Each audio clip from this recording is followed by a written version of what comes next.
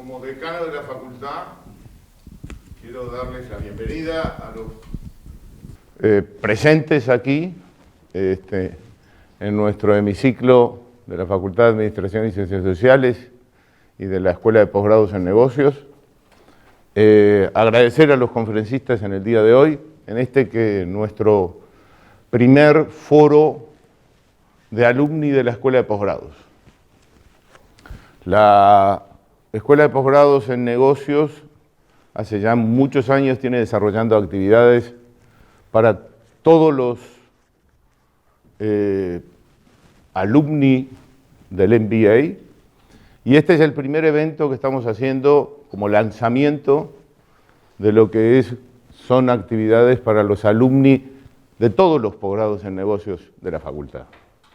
La comunidad de alumni está compuesta por más de 5.000 graduados, 60% de ellos con C-Level, y entendemos que de algún modo esta actividad, que ya es tradicional en el MBA, debe ser generalizada, y esto es como la primera gran actividad.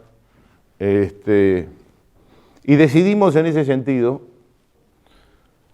tratar de trazar una fecha para no hablar de la pandemia y del antes de la pandemia, sino fieles a nuestro principio de mirar hacia el futuro, de ser forward looking, si me permiten ponerlo así, empezar a mirar hacia el futuro, empezar a mirar qué viene, qué se viene, y desde la pandemia cómo nos proyectamos, o desde los aprendizajes de la pandemia, cómo nos proyectamos hacia el futuro. Así que agradezco mucho la presencia de quienes están aquí en el hemiciclo con aforo limitado y de los múltiples participantes en esta modalidad HyFlex que vamos a estar trabajando, y que, por las dudas aclaro, para quienes están en forma remota, permite que quienes están en forma presencial los vean como nos estamos viendo, como están viéndonos a nosotros. Así que sin mucho más, voy a pedirle a Luis Custodio, editor de Economía y Mercado del País, que va a ser el moderador, que haga las presentaciones de nuestros 3 distinguidos speakers en el día de hoy. Cada uno de ellos quizás podría tener el espacio de una conferencia, así que hemos tratado con este Dream Team de mostrar qué es lo que queremos hacer en las actividades anuales de lo que hemos denominado Alumni Membership de la Escuela de Posgrados en Negocios. Tenemos naturalmente un speaker virtual y 2 presenciales, y quiero agradecer a Eduardo Levy, en este caso, que se vino en una tarde rocky desde Buenos Aires para estar presente con nosotros aquí en forma presencial, en particular. Tenemos 20 minutos para hablar de la pospandemia, eso es casi infinito, así que voy a tratar de ordenar algunos títulos que luego los copanelistas van a retomar. Y los ordené básicamente en una matriz de 4x2.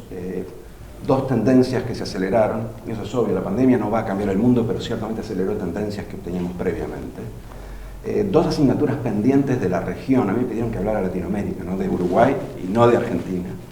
Entonces voy a hablar de esas asignaturas pendientes, las que a mí me parecen que son las que desnudó la pandemia, hay muchas otras. 2 debates que se abren en la pospandemia que son, yo diría, nuevos, además de todos los otros que venimos acarreando, y por último, 2 grandes desafíos, y los voy a ir listando en ese orden si me acuerdo, mientras voy a ir mirando el tiempo porque me suelo exceder. En términos de las tendencias, básicamente los 2 grandes títulos para mí son, por un lado, la digitalización, que es la más obvia, pero ahora vamos a hablar un poco de cómo nos pega a nosotros y qué temas abre.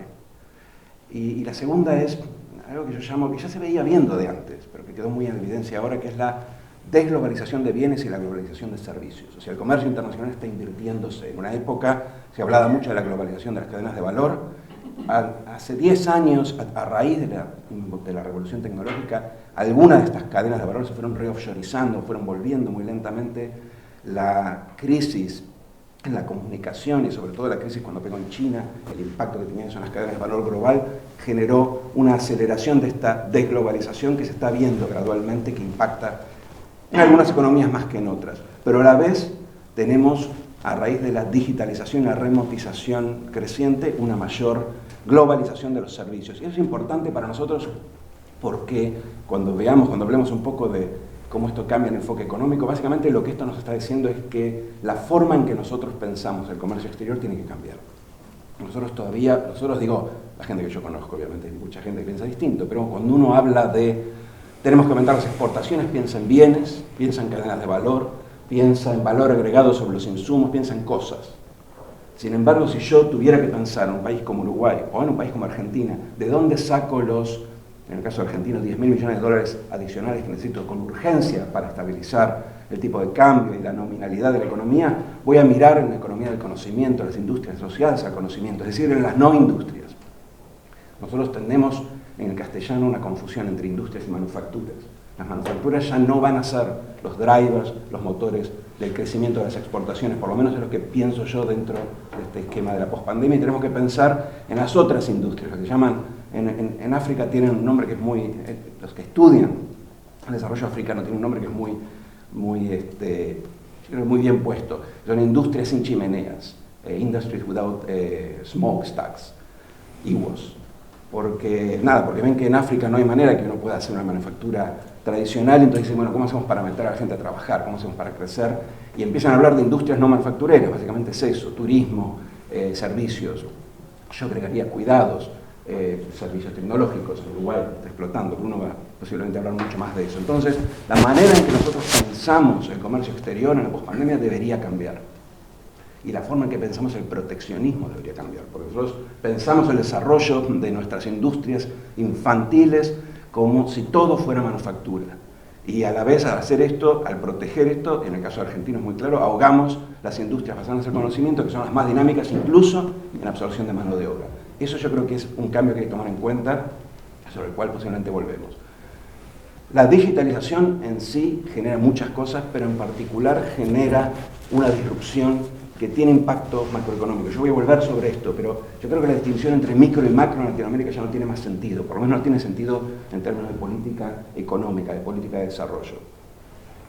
Podríamos hacer un recorrido para explicar por qué la precarización laboral está detrás de las crisis y de la fragilidad fiscal en muchos países latinoamericanos. No es muy difícil hacerlo.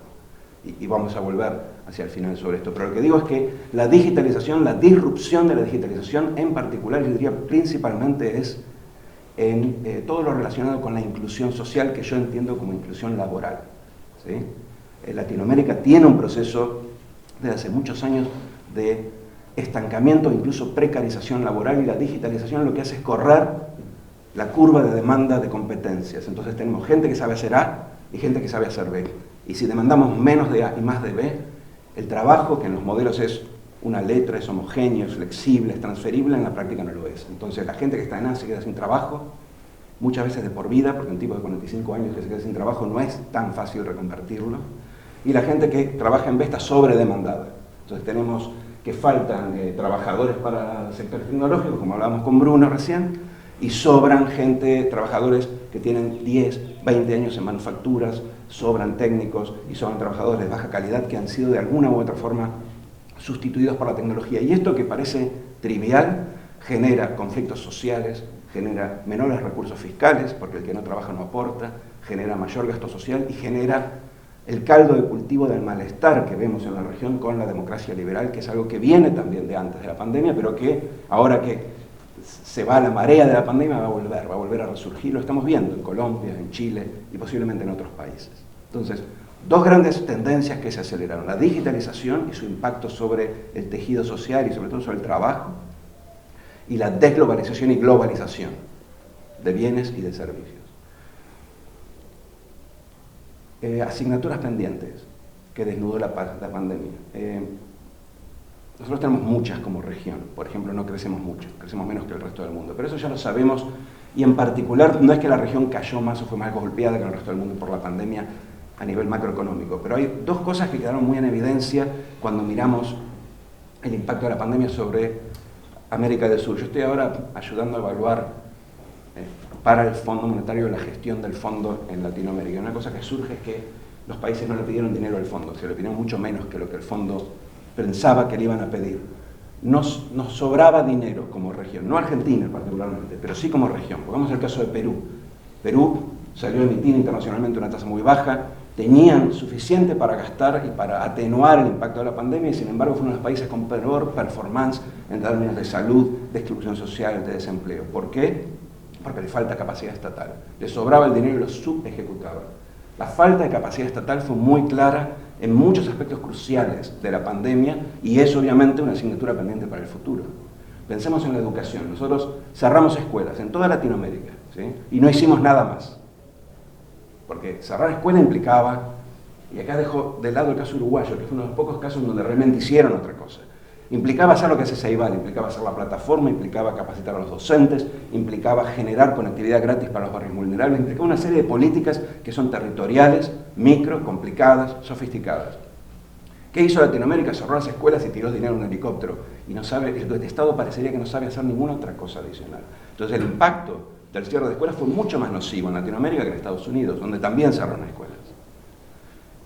Y entonces cuando uno protesta en un país como Argentina, en donde hubo una protesta social muy fuerte, lo que protesta no es la decisión sanitaria, sino el hecho de que el gobierno lo que sabe hacer en un país como Argentina, y me imagino que en otros países latinoamericanos es lo mismo, es distribuir dinero a través de una base de datos, generalmente la base de datos previsional, en el caso argentino la de la Administración de la Seguridad Social, dar algunos subsidios que se dieron a empresas o subsidios a los empleados de las empresas en el sentido del sistema alemán de subsidiar el empleo para que no se corte la relación laboral y poco más. Hay una ausencia de capacidad estatal que se vio muy claramente durante la pandemia y que también genera el caldo de cultivo de ese malestar latente que hay en muchos países con la democracia liberal. Lo otro que quedó al desnudo con la pandemia fue lo que mencionaba antes, la precarización laboral. Y esto es muy interesante de plantearlo porque cuando yo tengo un montón de dinero para subsidiar, para acompañar la crisis de trabajo asociada a cuarentenas combinadas con países en donde la mitad de la gente o más trabaja básicamente por las suyas. ¿Sí? Entonces cuando hay una cuarentena, el tipo que es independiente no es que queda sin trabajo, ni siquiera puede salir a buscar trabajo. Si uno mira lo que pasó en Perú, no es que aumentó el desempleo, aumentó la inactividad, porque esa gente no podía salir de la casa. ¿Cómo le hago llegar yo a esa persona que está fuera de la red laboral mi ayuda? Porque el sistema alemán es subsidiar al trabajador a través de la empresa, pero este tipo no tiene ninguna relación con la empresa. Entonces tenemos la mitad o más de la población trabajadora que se ha quedado sin empleo, con recursos o con horas limitadas o ingreso laboral limitado, al cual lo único que me queda es mandarlo a la cola de la seguridad, del welfare, de la asistencia social, porque no tengo ninguna forma de bajarle la asistencia a esa persona. Entonces tenemos la mitad o 40% de la población recibiendo asistencia y la otra mitad colgada de la asistencia social. Y eso genera una amplitud en la forma en que llega la asistencia, y lo único que se hace es aumentar la desigualdad social ya preexistente, porque el independiente, el informal, gana menos para empezar que el trabajador formal o estatal, y ahora como el estatal y el trabajador formal reciben ayuda y el otro no, esa disparación se amplía y genera nuevamente esta percepción de que el sistema es inherentemente desigual y cada vez que hay un shock aumenta esa desigualdad. Y eso está asociado a la precarización laboral. Voy a decir algo más sobre esto. Muchos de los trabajos que se perdieron, trabajos formales, empleos que se perdieron durante la pandemia, no van a volver. La pandemia empujó un escalón más esa precarización laboral. Y no hay forma de que uno tenga un estado de bienestar poderoso si no hay inserción laboral, básicamente porque, aunque más no sea por el sistema previsional, se genera un desbalance entre quienes reciben y quienes aportan que es insustentable. Nosotros lo vemos en Argentina. Argentina está en esa situación de estado de bienestar generoso y pocos aportes desde hace 20, 25 años y así estamos. Pero Argentina es un indicador líder del resto de los países latinoamericanos. No me sorprendería que Chile, que Colombia, a lo largo de los próximos 10, 15 años, si no encuentran la manera de insertar socialmente, es decir, laboralmente a su población, tengan problemas de fragilidad fiscal como tenemos nosotros desde hace 30 años. Entonces, dos asignaturas pendientes. Los nuevos debates. Hay uno que es macroeconómico, ustedes lo han oído, o sea, cuánto tenemos para desandar el camino del impulso fiscal. Acá todos los países metieron un montón de dinero, financiados con deuda en muchos casos, con emisión en otros, incluso países de políticas extraordinariamente correctas como Chile, emitieron a mansalva y ahora están pensando, bueno, ¿cuánto tiempo tengo para recoger las velas? Es la misma discusión, el mismo debate que se tiene en Estados Unidos ahora, con el paquete de varios trillones, en realidad de billones en castellano, de dólares que está impulsando el gobierno demócrata, que ahora posiblemente se achiquen por una cuestión de discusión política, pero es mucho dinero en exceso de lo que es el gap productivo y hay mucha discusión entre los economistas diciendo, bueno, esto aumenta demasiado, en el caso de países como Estados Unidos, la inflación. El problema de Estados Unidos no tiene que ver con la deuda, porque cada vez que el mundo está mal, el mundo lo que hace es huye hasta Estados Unidos y le presta más barato. Entonces se preocupan por la inflación.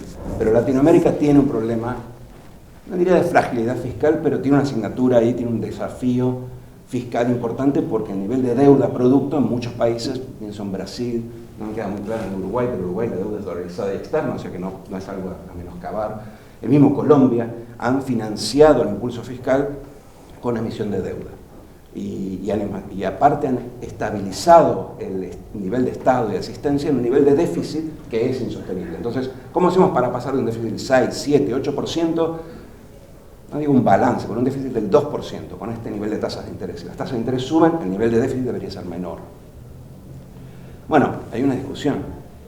Fíjense el caso de Colombia. Quisieron hacerlo con un paquete fiscal diseñado por el ministro de Economía, Alberto Carrasquilla. Tuvieron una revuelta social que no solo expulsó al ministro, sino que imposibilitó el paquete fiscal y ahora tiene un paquete fiscal mucho más chiquito. Están viendo cómo hacen el próximo año para recorrer el camino que ese paquete abortado inhibió.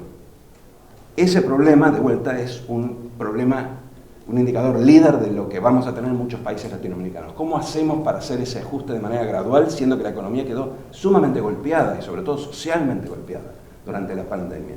Ese es un debate que no cometemos un error si lo importamos de Estados Unidos, porque en Estados Unidos el problema no es Europa, el problema es la inflación, y acá el problema es básicamente cómo hacemos para ajustar cuando la población quedó tan castigada en la pospandemia.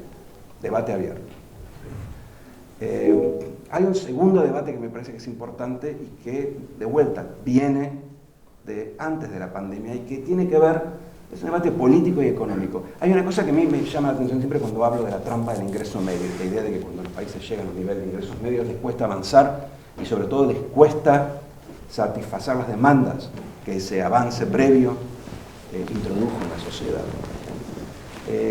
Y es esto, la trampa del ingreso medio fue creada, fue pensado ese término pensando en los segundos tigres asiáticos, que eran países que la venían rompiendo y en algún momento se estabilizaron en ingresos medios y pararon de crecer fuerte. Esos países tienen una característica, como la mayoría, diría todos los países en desarrollo, menos Latinoamérica, y es que no son democráticos. Nosotros tendemos a pensar la democracia como el régimen por default. Es un error que venimos arrastrando desde la época de los 80, de los neoliberales americanos y de Fukuyama y su fin de la historia. La verdad es que si uno mira el mapa, las democracias son la minoría. Y lamentablemente creo que van a seguir siéndolo, porque los intentos de exportar democracia a África, al Medio Oriente, todos fracasaron rotundamente. Pero volviendo a Latinoamérica, lo que esto implica es que nuestra trampa al ingreso medio es muy distinta que la de los asiáticos. Pero los asiáticos, digamos, Singapur pudo crecer en parte porque tenía una dictadura, lo mismo que Corea antes de ser rico. Pero nosotros tenemos que lidiar con las dos cosas. O sea, no podemos imponer cosas a la población, no podemos imponerles la postergación de la satisfacción de la demanda, de las cosas, de los derechos legítimamente exigidos por la población, y por el otro lado, si nos apuramos a satisfacer esas demandas, nos quedamos rentos. Y si se quiere, esa demanda difícil de satisfacer en un contexto democrático, y yo estoy seguro que Latinoamérica va a seguir siendo democrática, pienso que lo de Venezuela es un epifenómeno, pero la democracia es, yo diría, es parte del corpus de la sociedad. Satisfacer esas demandas en un ambiente democrático es doblemente difícil. Cuando Alejandro Foxley trataba de teorizar la trampa del ingreso medio para Latinoamérica, él no pensaba en términos de estadísticas de crecimiento, pensaba en demandas de igualdad, de inclusión, pensaba en temas de corrupción y transparencia, pensaba en cuestiones que eran estrictamente sociales, porque él estaba pensando la trampa del ingreso medio para Chile, que es un país democrático. ¿Sí? Nosotros tenemos ahí un gran debate, y es cómo hacemos para que la democracia liberal haga el delivery. de lo que promete en el tiempo que la sociedad pide. ¿Sí? Y enfrentamos algo que es muy parecido a la paradoja de Tocqueville. En la medida en que nosotros aumentamos, satisfacemos las primeras demandas, la gente dice, bueno, pero entonces aparte quiero esto otro. En la medida que les damos educación, va a decir, bueno, pero ahora que estoy educado, quiero ver que esta educación pague en términos de progreso social, sino para que me educaste. Y cuando tengo mayores ingresos, digo, está bien, tengo ingresos en el bolsillo, plata en el bolsillo, pero viajo en un sistema de transporte que es una porquería. Tengo un sistema de salud que es insuficiente, entonces empieza a pedir más. Esas demandas quizás son el desafío económico, no solo político, obviamente son políticas, pero es el desafío económico más importante que enfrenta la región en diferentes etapas. Chile y Colombia lo enfrentan ahora, Argentina lo enfrenta hace 50 años, Perú lo enfrentará dentro de 5 o 10 años. Pero está en el horizonte, ¿sí? Y es algo que venía de antes y que la pandemia, al destruir riqueza y romper parte de ese tejido social, solo profundiza. Yo no sé cuánto tiempo me queda, así que voy a ir concluyendo. Los últimos dos desafíos que decía antes están relacionados con todo lo que mencionaba antes. El primero tiene que ver con el enfoque económico. Yo creo que, como economista, yo soy macroeconomista y me he dedicado en los últimos años, a la par, me he dedicado a políticas públicas y sobre todo a políticas laborales. Y como decía antes, pienso que, para el caso de Argentina, si nosotros no tenemos inclusión social, no hay inclusión laboral, no hay manera, no hay paquete del fondo ni ajuste fiscal que aguante. Y en el caso argentino es muy claro, tenemos un sistema de previsional universal y tenemos de la población económicamente en edad de trabajar, solo el 20% tiene un empleo privado formal, o sea que aportan 20% y cobran todos. Eso es insostenible. ¿Sí? Y no hay forma de reducir los beneficios previsionales para hacer eso sostenible. La única forma es que en vez del 20 sean 40. Entonces hay que meter más gente a trabajar. Y eso tiene muchos otros beneficios, naturalmente, porque pagan impuestos, porque la gente que trabaja en empleos decentes, formales, tiene mayor productividad, entonces se crece más, porque bajan las demandas sociales y la insatisfacción social. O sea, la inclusión laboral es la punta del ovillo de un país como Argentina y creo que es la punta del ovillo de muchos países latinoamericanos. ¿Sí? Entonces, hay un desafío ahí que tiene que ver con la inclusión laboral, ¿sí? Y tiene que ver con una forma de pensar la economía que sea menos macro. O sea, hay muchos economistas, muchos macroeconomistas, muchos amigos muy respetados que piensan que la estabilización genera crecimiento. Eso, en los países que yo he estudiado, no es necesariamente así.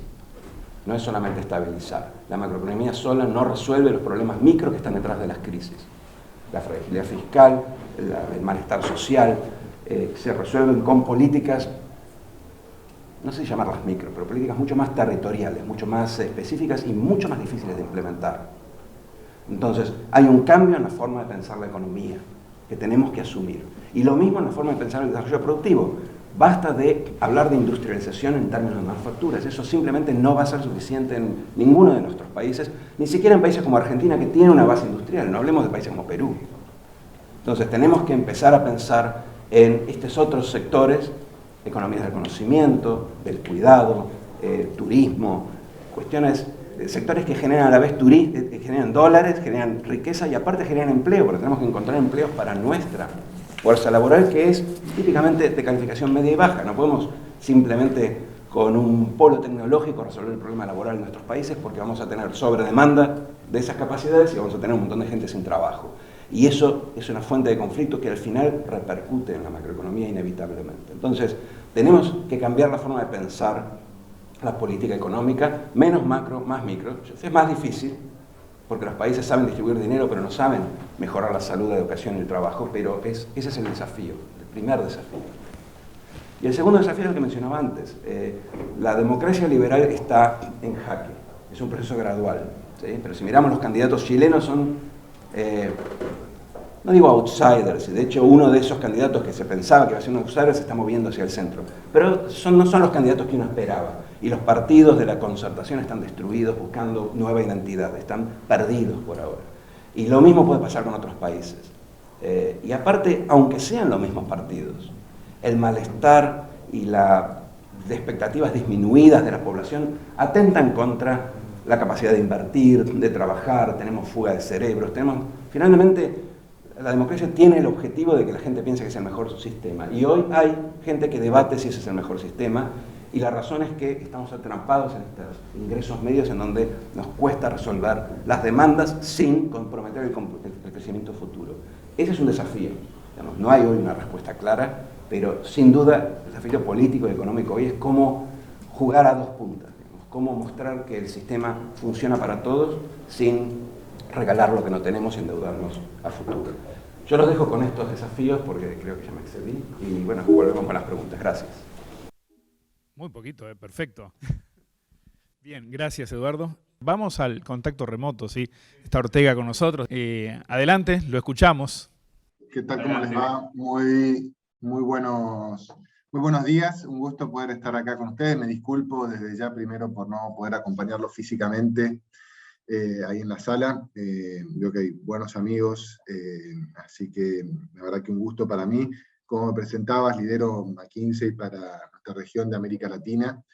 Y un gusto, bueno, estar acá para compartirles nuestra perspectiva, si quieren, en línea de lo que decía Edu recién, qué es lo que vemos que es el desafío hacia adelante, qué nos enseñó la pandemia y algunas implicaciones para lo que viene. Entonces, quería compartirles, sí, algunas láminas para poder ir teniendo algunos datos, ¿no? A partir de lo que les voy contando, que creo que nos van a servir para algunas de las conclusiones.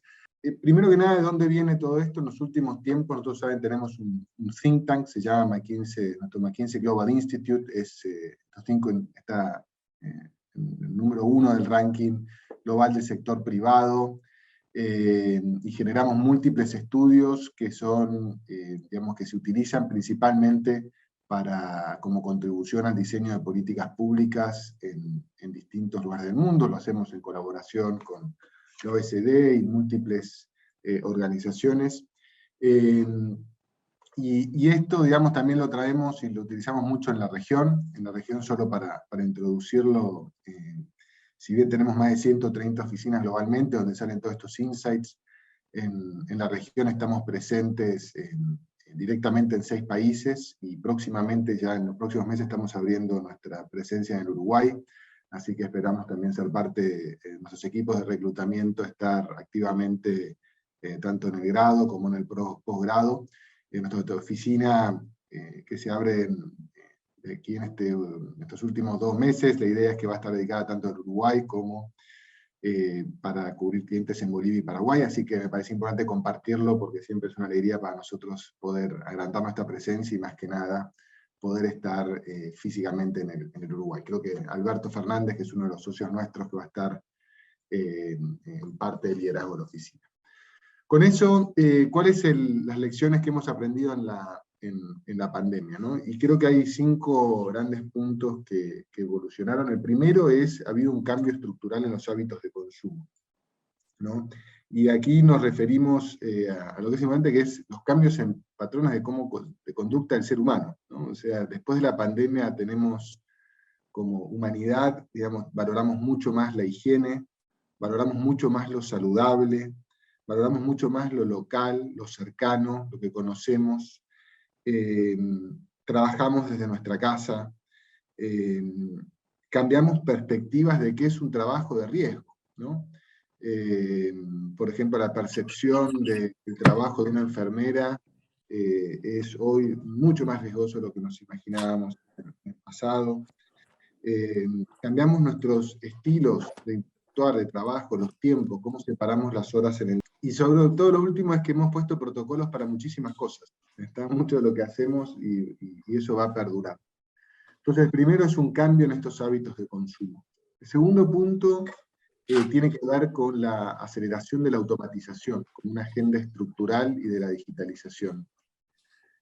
El tercero tiene que ver con los cambios en las nuevas formas de trabajo. Ahora voy a entrar en más detalle en cada uno, por eso los quería listar, pero no solo está en la forma de cambiar de trabajo, lo mencionaba recién, sino que hay trabajos que básicamente va a haber muchos menos y hay una sobredemanda de muchos otros trabajos, y hay que ver cómo es que vamos a hacer esta transición. Por último, un elemento fundamental es el concepto de velocidad, ¿no? Estamos en un mundo que después de la pandemia queda claro que el rápido le gana al lento, ya no más el grande al chico, ¿está? Y eso es un cambio fundamental porque la velocidad se convierte en un elemento central en cualquier pensamiento de estrategia o de diseño futuro. Y por último, una de las tendencias que nos deja es, somos mucho más conscientes del desafío climático. Entonces lo que me gustaría compartirles también en los próximos minutos son muchos datos, insights que vienen de lo que les comentaba en términos globales. Entonces el primero que les traía es el cambio de los consumidores, ¿no? Que hablábamos de todos estos cambios de nuestra comunidad, de lo que hacemos diferente. Y uno central de que todos estos cambios mencioné es que nos hemos hecho mucho más digitales. ¿Tá? Hemos migrado masivamente a la canalidad digital. Y esto se ve, digamos, que hemos acelerado en términos de años, ¿no? Lo que pensábamos que iba a pasar en 5 o 7 años, pasó en pocos meses. Y se ve traducido no solo al share, ¿no? De lo que puede ser, en términos relativos, el crecimiento del e-commerce, o el share del e-commerce como un todo, sino hasta nuevas formas, ¿no? Pensemos en el entretenimiento. Disney y su plataforma cuando la lanzó. Disney logró cumplir lo que pensaba hacer en 3 años, en menos de un semestre. Y eso muestra una nueva forma de consumo y de cambio en las prácticas. Pelotón, para quienes les gusta el ejercicio, bicicleta fija y demás, fue una nueva fórmula de entender el fitness, ¿no? Y de nuevo, la velocidad a la que eso ocurrió. Entonces, hemos incorporado de manera estructural la digitalización, y eso es una tendencia que, digamos, existía y se aceleró, y probablemente va a seguir cambiando. Ahora, esto afectó la agenda también, obviamente, de las empresas, porque si bien todos podían tener un espacio, ¿no? Y pensaban estructuralmente en digitalizar y en automatizar, básicamente durante la pandemia esto se ha acelerado en términos no de años, con lo cual masivamente en todas las encuestas que hemos hecho en todos los países, esta agenda se ha convertido en central, y la gran mayoría de los ejecutivos lo ven como el centro de gravedad en los próximos años. Ahora, estos dos factores, ¿no? El cambio de las personas más digitales, ¿no? Y la agenda mucho más digital, tiene una implicación económica, que es una aceleración del desarrollo y crecimiento económico vía productividad. Muchos de los cambios que han ocurrido por la pandemia, y que eran tendencias o ideas que existían, mejoran significativamente la productividad. Entonces pensemos el impacto que tiene en el mundo de la salud, ¿no? El hecho de poder cada vez más utilizar la telemedicina o los datos, y los impactos que todo esto tiene en la eficiencia operativa de una institución sanitaria, de la gestión de la industria de la salud.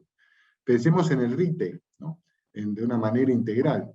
La productividad, y esto genera tanto la automatización como el e-commerce, como la utilización de la analítica avanzada. Lo mismo en la banca, ¿no? Lo que implica el ahorro y crecimiento de la eficiencia en trabajos híbridos, o el aumento de la productividad, mediante poder utilizar y flexibilizar muchas de las tareas. Entonces, en todas las industrias, los cambios que hemos visto, tanto de la agenda acelerada de lo digital, pero el cambio de los hábitos, implica una mayor productividad en general, y eso va a redundar en los próximos años.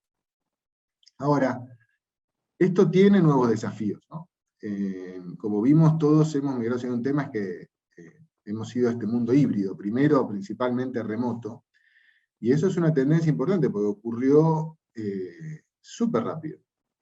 Ahora, todo este cambio, que llevó muchos beneficios, también nos genera algunos desafíos, ¿no? Entonces, si bien hemos aumentado la virtualidad y el trabajo remoto 4 o 5 veces, ¿no? Ese es el tamaño de lo que va a crecer el trabajo remoto cuando lo vemos, el legado de la pandemia, también plantea nuevos desafíos, ¿no? Que es para los trabajadores cómo logran separar sus tiempos. Hablamos de los cambios de tiempos. Bueno, todavía no está claro cómo se separa esta vida personal de la vida, digamos, laboral.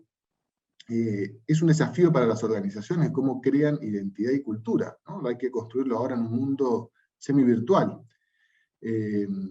También hay que entender cómo se ocurre la colaboración y la creatividad en los ambientes de trabajo. Antes estábamos muy acostumbrados, eso ocurría en espacios donde el diálogo previo a una reunión, o el diálogo, si quieren, errático, en cualquier momento del día, podía ser una fuente de creatividad o de ideas, y hoy tenemos que entender que eso va a tener una nueva forma de hacerlo. Entonces, el trabajo remoto es un impacto real y que nos va a quedar, deja con estos desafíos positivos, pero que hay que, digamos, resolverlos. Ahora, yo les comentaba recién en la introducción el tema de la velocidad, ¿no? Nosotros elegimos varios de los temas que sabíamos por en cuentas previas, ¿no? De cuánto era el tiempo esperado para hacer algo antes de la pandemia y en cuánto tiempo lo hicimos en la pandemia.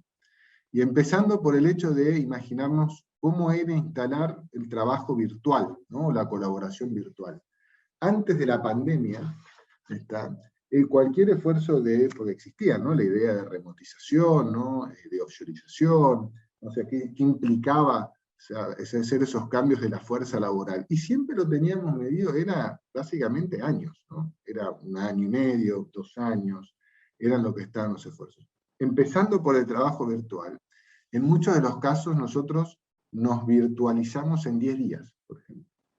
Y lo mismo ocurre en todos los otros. Entonces, ha habido una aceleración en la capacidad de hacer las cosas, que eso va a quedar en las organizaciones. Ya es difícil entender por qué una organización va a plantearse esfuerzos en años. Esta es la base del concepto de trabajo ágil, era un principio, una forma de adaptar, lo teníamos muy inculcado y pensábamos que todo era bien. Bueno, lo vivimos, esta aceleración, en carne propia. Y esto es algo que va a quedarse. Y tiene muchas implicaciones en las dinámicas competitivas también hacia adelante, que ahora lo vamos a ver en breve. Por último, otra de las tendencias que nos ha dejado, les compartía o les comentaba sobre los comportamientos, ¿no? Los cambios de esencia, ¿no? de lo que valoramos como seres humanos, y uno es un movimiento estructural hacia la sustentabilidad, ¿no? O sea, consumidores mucho más sustentables. Y estos hábitos se ven en los momentos de cambio de hábitos, ¿no? En general, más de la mitad de la población está sensibilizada con el tema. Esto varía entre países, pero es un movimiento general. Por lo tanto, ha cambiado la forma que se consume, la forma de los hábitos, como el de reciclaje, al elegir el momento y situación de consumo, ¿no? Al priorizar las marcas por cuanto estas cuidan el medio ambiente. Y en esa línea, esto genera implicaciones, ¿no? Importantes, porque si bien algunos cambios han tenido durante la pandemia impacto positivo sobre la huella de carbono, ahora cuando volvamos, vamos a volver y hay una mayor sensibilidad. Entonces volver a esa nueva normalidad va a tener que incluir todo el elemento de cuidado del medio ambiente, desde la agenda de hidrógeno en adelante, ¿no? Entonces, esto va a afectar, digamos, las políticas públicas, digamos, va a afectar también la demanda de conocimiento científico, ¿no? Cada vez está más sensibilizado y se valora más, y por lo tanto se va a seguir masificando. Y esto va a generar también disrupción en los negocios, ¿no? Porque no todas las instituciones están ni preparadas para desafiar la demanda climática, ni con una agenda lo suficientemente clara sobre los tiempos que van a tener para darle respuesta a esta demanda climática. Entonces, si lo vemos desde el punto de vista de unas lecciones de la pandemia, es algo que nos quedó, ¿está? Y va a estar. Ahora, también ha habido muchas implicaciones y cambios que han ocurrido en esta misma línea, en estos 5 temas, que es importante cómo quedan en la agenda y desafío hacia adelante. Entonces, si vemos algunos de los puntos, ¿no? De estas implicaciones, parte de los cambios que ha habido, ¿no? Decía esto, hay muchos que van a quedar, pero es también importante reconocer que hay muchos que no van a quedar, y vamos a volver un poco hacia atrás. Entonces, probablemente la virtualización, ¿no? O el mundo a la digitalización, ¿no? De las compras, ¿no? Sabemos leer el ejemplo, hacer el supermercado online, hacer compras online, o algunas interacciones en el mundo de la salud, ¿no? Si quien se ha acostumbrado para consultar por digamos, un síntoma muy leve, virtualmente un médico, probablemente no vuelva a salir de su casa, hacer una fila, ir a un hospital para consultar un síntoma leve, virtualmente un médico, digamos, ¿no? Probablemente eso va a quedar. Y entonces esto es lo que vemos, si quieren, aquí alrededor de cambios que vemos que van a permanecer, ¿no? Lo mismo es lo que ha sido la inversión en los hogares. si uno entra a una casa de hace 100 años, ve que la distribución de la casa tiene un reflejo de ambientes, de estructura, que muestran una vida, de cómo vivíamos hace 100 años. Bueno, esto también va a quedar aquí, porque vamos a pasar más tiempo en nuestras casas, eso va a repercutir en la inversión, y también en el propio diseño de las casas. Vamos a trabajar y convivir y estar de una manera mucho más intensa y diferente, con lo cual eso va a estar. Pero va a haber algunos otros cambios que vamos a volver, ¿no? Entonces, si pensamos en el entretenimiento, probablemente la forma en que consumimos entretenimiento de televisión, ¿no? De contenido online, eso se acelere y siga en la línea DirecTV, pero vamos a volver a ver un partido a la cancha, vamos a volver a disfrutar de ver un recital en vivo, y eso va a estar. Vamos a volver a viajar también. Ahora, probablemente viajemos menos por negocio y más por ocio, ¿no? Y vamos a volver a clase, a estudiar en la clase, y vamos también a aprender más online. Entonces probablemente vamos a estudiar más, pero vamos a estar, digamos, hay mucho valor en volver a las clases, y eso lo hemos visto principalmente con las escuelas. Entonces esto es importante cuando pensamos hacia adelante, porque si bien sabemos que nos va a quedar todo lo digital, sabemos también que hay ciertos cambios que no van a estar, y por lo tanto vamos a volver a algunas partes de forma diferente, pero que sí vamos a volver a algunas prácticas distintas. El segundo punto que hablábamos, ¿no? Era el tema del cambio del trabajo, ¿no? Y esto es algo de lo que mencionaba Edu recién.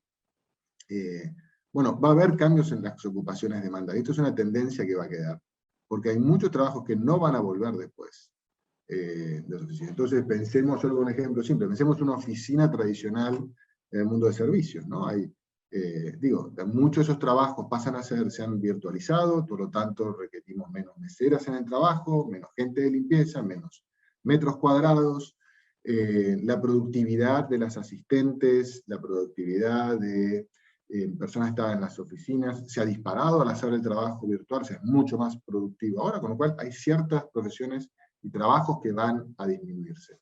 Pero al mismo tiempo hay otros que aceleran significativamente y demás. Algunos que requieren alta calificación, todo lo que tiene que ver, digamos, con analítica, STEM, tecnología y demás, y otros, digamos, términos intermedios, ¿no? Como servicios personales, ¿no? Servicios de salud y demás. Entonces, hay un efecto, y esto es importante porque, al igual que decía Edu, esto va a generar que tiene que haber una transición, ¿no? Y que tenga una transición en las cuales las organizaciones no pueden no hacerse cargo de esa transición, ¿no? Tomarlo como un efecto, digamos, como algo que no les va a ocurrir, porque van a necesitar también colaborar, no solo desde una perspectiva social, sino empresaria, con esa transición. Y segundo, también esto es un elemento de eje de política pública. O sea, desde la política pública hay que ver cómo es que uno va a asegurar el acceso equitativo, ¿no? No solo a la educación, sino a determinada infraestructura digital, para que varios de aquellos que pueden estar excluidos de un trabajo puedan sumarse a otros, y también dar incentivos para que nuevas formas de trabajo puedan proliferar, como por ejemplo todo el tema de trabajo independiente y demás. En esta línea, digamos, ¿no? Volvemos, que creo que es un tema siempre muy, uno que dice, bueno, ¿cómo vamos a volver? ¿Cómo se ve? Digamos, entonces nos gustaba contarles algunos datos, ¿no? Antes de la pandemia, si preguntábamos cuánto era el trabajo remoto, ¿no? Fuera de la oficina, era, la verdad, muy bajo. ¿Está? 99% era más de las organizaciones, pensaba que el trabajo, más del 80% estaba en la oficina, en un lugar físico, en el cual salíamos a nuestra casa e íbamos a trabajar a ese lugar. Bueno, hoy lo que muestra es que eso bajó del 99% de que era más del 80% a solo el 10%. ¿Está? Y que hay todo un degradé, ¿no? De distintas, digamos, hoy preferencias sobre lo que está, pero claramente se ve de que por lo menos 1 o 2 días a la semana el trabajo va a ser remoto y más. Ahora, es importante para las organizaciones cuando pienses cómo se proyecta este nuevo normal, qué es lo que implica, ¿no? Y parte lo mencionaba antes con los desafíos. Uno es, probablemente todo lo que se hacía vía una computadora, o intensamente una computadora, más de 2/3 partes de trabajo va a continuar y se va a poder seguir haciendo remoto. Sea analítico, sea de servicio, sea colectivo, individual. Ahora, hay ciertas actividades que sí digamos, se ve que son mucho mejor hechas de forma presencial. Desde un onboarding, digamos, para un nuevo cliente, o un feedback a un colaborador, ¿no? Esas interacciones parece ser mejor hechas de manera personal. Les comentaba antes, reducción de los viajes, probablemente el viaje por el día, ¿no? Ese viaje muy corto, sea sustancialmente pueda reducir si vayamos a viajes más estructurales, ¿no? De mayor tiempo y extendido, pero en el total, digamos, el volumen de viaje laboral, digamos, que de alguna forma se contrae. La cantidad de metros cuadrados también probablemente se achique, y la forma y diseño de las oficinas también se achique, ¿no? Para funcionar más como un apoyo y de espacio de encuentro más que un lugar continuo de trabajo. Y el cambio más importante es el de la lógica urbana, ¿no? El lugar de nodos donde vamos todos a trabajar a ese centro, todos al mismo lugar y después nos retiramos, también esperamos que vaya y se genere un espacio de descentralización. Entonces, hay múltiples impactos, ¿no? Directos, y que impacta masivamente a todo tipo de organización. Cuarto punto, y ya con esto voy a ir terminando, hablamos de la aceleración. ¿Y por qué es importante? Porque tiene una implicación estratégica. Lo que ha ocurrido, por ejemplo, en la pandemia, con la aceleración de tendencias que existían y nuevas que nacieron, es, por ejemplo, ha creado supercampeones, ¿no? Hay instituciones que básicamente eran rápidas y que ahora son rápidas y grandes, ¿no? Pensemos en Mercado Libre, Amazon, ¿no? Básicamente estaban en las tendencias correctas y eso se aceleró, se anticipó 5 años. Pensemos en Netflix, lo mismo, en otras industrias, pero que básicamente se aceleró. Ahora, hay otros también que estratégicamente están en el otro extremo, ¿no? Y que han sido impactados. Entonces, vamos a una dinámica donde el pensamiento estratégico de los próximos 2 o 3 años es clave, ¿no? Porque mientras en unos, digamos, se requieren seguir las tendencias y seguir acelerando, en otros requieren de transformación significativa por un elemento de subsistencia, ¿está? ¿Y por qué? Porque aquello que se veía, Mercado Libre siendo el más conocido, ¿no? Como que era una amenaza hipotética de mediano o largo plazo a mi subsistencia, ¿no? Y por lo tanto yo tenía tiempo para invertir, modernizarme, trabajar en la experiencia del cliente, etcétera, etcétera. Todo eso se ha acotado. Y el espacio de tiempo que tenemos ahora es los próximos años. ¿Está? Por último, ¿no? Un poco de la recuperación de post-COVID y la agenda climática, ¿no? Esto es una versión masiva. Hoy es muy difícil, si quieren imaginarse una organización en el mundo que viene que tenga un rol relevante y de influencia, que no tenga una agenda significativa alrededor del elemento climático, ¿no? Y la sustentabilidad. Y para decirlo de otra manera, esto ha salido de la agenda de responsabilidad social para entrar en la agenda estratégica. Los negocios per se necesitan ser sustentables y tener su propia agenda verde. Entonces, en resumen, ¿qué es lo que, si tuviese que llevarse 5 cosas de lo que les quise compartir en estos 20 minutos? Es, primero, mientras volvemos a este nuevo normal y demás, pensémoslo como un músculo, no como un plan.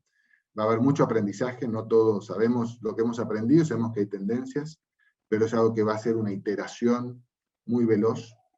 Segundo, es fundamental escuchar como nunca a los clientes en todo segmento, porque han cambiado mucho sus opciones, en sus hábitos, los han cambiado de manera, digamos, que no van a volver para atrás, siendo lo central la vida digital, la digitalización, pero central entender toda la agenda de los clientes. Tercero, el talento, invertir en el talento. Estamos en una situación donde en muchas de sus organizaciones gran parte del talento necesario es muy escaso y por primera vez, no por primera vez, pero llamémosle, es universalmente competido, es agnóstico a la industria. Entonces hay mucho de talento que están buscando que es agnóstico a la industria. Y esto no es algo que están en general las industrias en distintos países acostumbrados a competir. Hoy un banco compite con una petrolera y compite con un activo digital, con un unicornio, por el mismo talento, por ejemplo, que sabe de analítica, o sabe de diseño digital, o sabe de tecnología. Entonces, esto requiere una agenda de diseño cultural, de desarrollo de habilidades y demás.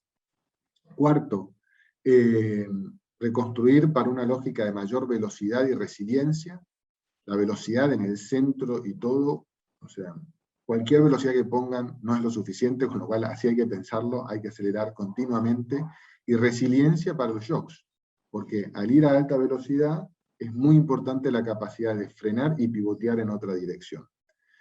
Y finalmente, integrar todos los elementos de riesgo climático, ¿no? Y de agenda de sustentabilidad en los negocios del día a día. Así que con eso, de nuevo, les agradezco muchísimo la invitación y un gusto seguir aquí para el diálogo posterior. Muchas gracias, Francisco. Así que me imagino una presentación, soy un lector, a pesar de que, bueno, ahora vamos a competir porque están en Montevideo, pero por mi actividad profesional soy un lector asiduo en los informes de McKinsey, que es muy buenos informes, así que alguna cosa estaban a ver en la presentación, y que lo que voy a tratar es de adaptarme voy a hacer los comentarios, pero hacer referencia con algunas cosas que me plantearon, y algunas las voy a saltear porque las trataron muy bien, y hacer más dinámico y dar tiempo para las preguntas que me parece muy interesante, y bajar un poquitito Uruguay, y voy a tratar de poner el reto más Uruguay sobre los temas que hablaron tanto Eduardo como Francisco, aunque tienen distinta dimensión, y los dos podríamos hablar mucho un rato, ir por ahí. Supongo que esto. Déjenme, ¿está funcionando? ¿Sí, no? ¿Lo están viendo? Sí. ¿Está funcionando? Bien, bueno, obviamente que el tema era en Uruguay, los desafíos post pandemia en un mundo global. Esa frase que está planteada ahí un poco es lo que estaba diciendo Francisco recién, sobre la velocidad con que ocurren los temas, y está graficado en la gráfica que viene a la derecha. Lo que intentamos poner en la misma es que la tecnología, en un sentido amplio, no solo la digitalización, yo creo que todo el mundo de la biotecnología y el mundo de las transformaciones, los recursos renovables, no renovables a renovables, me parece que eso es una cosa que es bien relevante, que va a ocurrir también en los próximos 10 años con muchas oportunidades. Nos encuentra en esa situación, es que nuestra capacidad de adaptarnos es más lenta que lo que evoluciona la tecnología. Eso creo que es una característica y creo que quedó muy claro en ambas presentaciones, llevado al mundo más macro, micro, y ese es un eje que tiene que estar planteado. Tenemos problemas para adaptar, desde el Estado hasta nuestras empresas, a las personas, a la velocidad de lo que están ocurriendo en los temas. Lo que uno puede ver cuando ve distintos países, mezclando, por ejemplo, comparando Uruguay con los demás, que cuando hay mejor, o Europa, mejor estructura construida, capital humano, capital infraestructura, capital político, capital de la sociedad, es más resiliente para enfrentar este tema, porque cuando no ocurre, los impactos son muy, muy agresivos. Y lo mismo con el mundo empresarial, el que no estaba hay empresas que fueron capaces en 24 horas de pasar a estar trabajando a teletrabajo, y otras que y capaz de vender por internet, y otras que desaparecieron y eran líderes. O sea que esto es una característica que me parece que está en el corazón de cualquier cosa que discutamos, desde política pública, estrategia empresarial, o cada uno de nosotros en la formación de que podría ser toda esta charla, es para qué formamos a nuestros jóvenes, ¿no? Y cómo nos recapacitamos. Intenté en esta slide, imaginándome un poco la conversación, para mí 5 tendencias, no son si quieren tendencias o situaciones, o intenté esta, porque me imaginé que de repente, como venía el tiempo, podía estar casi todo acumulado acá, podría quedarme solo en esta slide los próximos 20 minutos, pero yo creo que hay 5 grandes consideraciones que uno tiene que tener. Y esto es importante para las políticas públicas, para cómo se inserta un país en el mundo, para cómo vemos oportunidades de negocio, que es otro talante que voy a intentar, dónde veo oportunidades de negocios, dado que estamos en una escuela de negocios, de las conversaciones que estamos teniendo.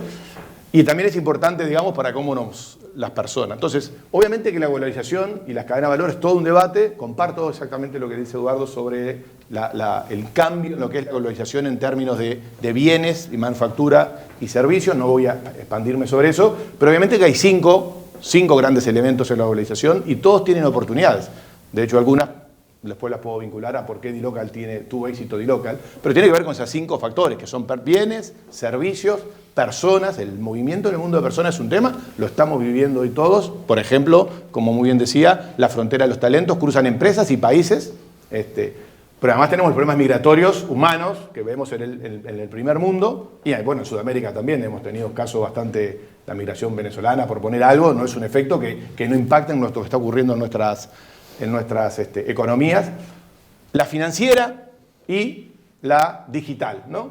Me tomé, si se reconocen, es de McKinsey, la que tienen la fotito de arriba, que está en el dibujito de globalización, es la velocidad con que crecen los datos en el mundo y tiene que ver con la digitalización, comparado con el movimiento financiero y con lo que fue, con el que es el comercio, ¿no? Entonces, ese es un mundo que da, que me parece que lo caracteriza y que lo tenemos que tener, que tiene impactos en cualquiera de los tres ámbitos que estamos conversando acá. Obviamente el cambio tecnológico es la digitalización, la robótica, los datos, etcétera, etcétera. No sé si me da el tiempo, luego conversaremos algo más fino, me parece relevante, pero también creo que es muy importante el mundo de la biotecnología o la bioeconomía, como se le conoce ahora, y la combinación entre ambos. Me parece que esto está moviendo, obviamente lo vimos con el tema de las vacunas, que además demostró la velocidad con que la ciencia es capaz de hacer algo, hubiese sido impensado esto hace 10, 15 o 20 años. Así que el mundo del cambio tecnológico, el mundo del clima, el cambio climático y los problemas, creo que eso es un tema que está arriba de la mesa. Un país como Uruguay o como Argentina, exportador de alimentos, hoy tiene un tema arriba de la mesa que es, bueno, cómo eso, digamos, es una oportunidad desde el punto de vista que la población en el mundo crece, que es la otra tendencia. Hay una necesidad de alimentos, pero por otro lado tenemos una presión sobre el medio ambiente que nos puede poner limitaciones a nuestro modelo de producción y de exportación o de ser competitivos en ese mundo. Entonces, esos son temas que están arriba de la mesa y que son discusiones de política pública, de desarrollo empresarial, de cómo lo vamos a hacer y qué tipo de talentos y de personas e instituciones necesitamos para aprovecharlo.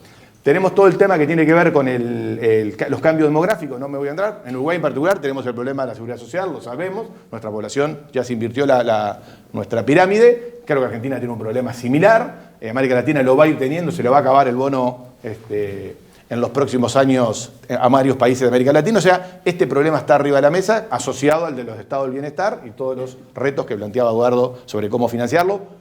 Y por último, los temas de crecimiento, riqueza y desigualdad, ahí solo para simplificar, el mundo está discutía antes de la pandemia si era una B y ahora está de nuevo la letra K, en el sentido que algunos podrían estar creciendo y otros decreciendo, por lo menos creciendo a distinto ritmo. Yo creo que sin crecer no hay posibilidad de sustentar, digamos, los problemas hoy acumulados de deuda que señalabas, pero fundamentalmente los problemas de desigualdad que están planteados. Otro debate, si hay más o menos pobre que antes, yo creo que el mundo mejoró, el mundo de hoy es mejor que el de antes, no tengo duda, hay menos pobreza en términos relativa que lo que había, pero obviamente que esto ha generado estas disrupciones anteriores, una desigualdad global. Entonces, uno podría plantear todos estos retos y esto ser un marco en el cual ocurren muchas de las cosas que planteaba Eduardo y muchas de las que planteaba Francisco en términos. Si yo las tendencias comparto las que estaban planteadas, yo creo que bueno, obviamente vivimos una sociedad de información, de red y en colaboración, creo que eso es muy relevante también. Y el otro que quiero remarcar es la eliminación de la frontera del negocio. De alguna manera Francisco al final estaba planteando algo, digamos, es muy difícil saber en qué negocio me estoy moviendo, ¿no? O sea, eso es un tema que es bien relevante a la hora de definir, ¿no? Cuando uno piensa en el sistema financiero, piensa en banco, en fintech, en las redes, en las telcos, son globales y en realidad no sé ni con quién compito ni quién me da el servicio. De hecho, esta slide me parece que es bien importante sobre esto de las fronteras. Ahí son todas las compañías que han tenido que ver con el desarrollo de la vacuna, pero si se fijan a la izquierda arriba aparece Tesla, digamos, ¿no? Entonces Tesla está en el negocio de la vacuna y seguramente están muchas firmas tecnológicas que también participaron de este proceso. O sea, en todas las industrias, no puse el de la banca porque es más tradicional y ya sabemos que hoy el sistema financiero son múltiples actores de distintos sectores, con acuerdos de competencia o de colaboración o de adquisición, pero lo que uno está viendo es que esto es una característica y esa transversabilidad me parece que es un tema muy relevante. También es un reto para las universidades porque hay que formar personas capaces de moverse en ese mundo que no es vertical, que no está organizado. Si voy a Uruguay y ver los retos que tenemos, déjenme tomar, nosotros hacemos por la Universidad ORT el Foro Económico Mundial, la encuesta de competitividad y productividad del Foro Económico Mundial, que considera 12 variables para entender la capacidad de un país de crecer, mejorar su productividad y crecer. Solo los ejemplos, esta es la versión de este año, ya hicimos la encuesta, sale en diciembre, porque este año hasta Europa se ha retrasado, ya tendría que estar en septiembre, pero hasta en diciembre no nos dan los resultados globales, así que es la última prepandemia. Yo creo que Uruguay no va a cambiar mucho cuando salgan los datos de esto, ¿no? Y lo que uno puede ver en este gráfico araña son los retos donde tiene Uruguay. Uruguay tiene... No sé si es el ingreso medio o no la trampa, habría que ser especialista en el tema, a veces se la tomo, pero lo que es claro es que estamos en un punto Uruguay hace 6-7 años que no crece sustantivamente, estamos como parado. Vemos cosas muy positivas, es un país a 2 velocidades, vemos empresas que se están internacionalizando muy interesantemente en el mundo digital, pero también la pandemia nos mostró que teníamos casi 700-800.000 personas que como estaban en las características que Eduardo señalaba de estar fuera del mercado laboral, queda una situación muy precaria. Uruguay, posiblemente respecto a América Latina, tenía una institucionalidad en términos de protección social más elevada, y eso le permitió manejarlo un poco mejor, lo mismo que algunos antecedentes que tenía el mundo educativo. Pero bueno, seguimos siendo un país que solo termina el liceo el 40-45% de los estudiantes, por lo cual no estamos bien, más allá de lo que uno pueda verlo en términos relativos, si yo quiero enfrentar todos los retos que recién señalaban tanto Eduardo como Francisco. Pero ven que Uruguay tiene reto en todos, en particular en el mercado laboral, en el educativo. Posiblemente hoy tengamos infraestructuras tecnológicas, lo que tenemos son rutas sin autos que puedan circular, o no todos los que podríamos hacer circular por esas rutas, en términos de capacidad. Así que hay, y en términos, digamos, de desarrollo, comparado con 3 países relativamente chicos, pero que uno podría aspirar, en todos tenemos un reto que no son menores. Así que, y la pandemia para mí en esto lo que hizo es poner en evidencia con mucha claridad. Yo en un artículo que hace poco salía en El País, que saltear esta, hablaba de los empleos ficción, me puso tu colega, de todo lo que hablamos, me puso Uruguay está lleno de empleos que era ficción. Lo decíamos antes de la pandemia.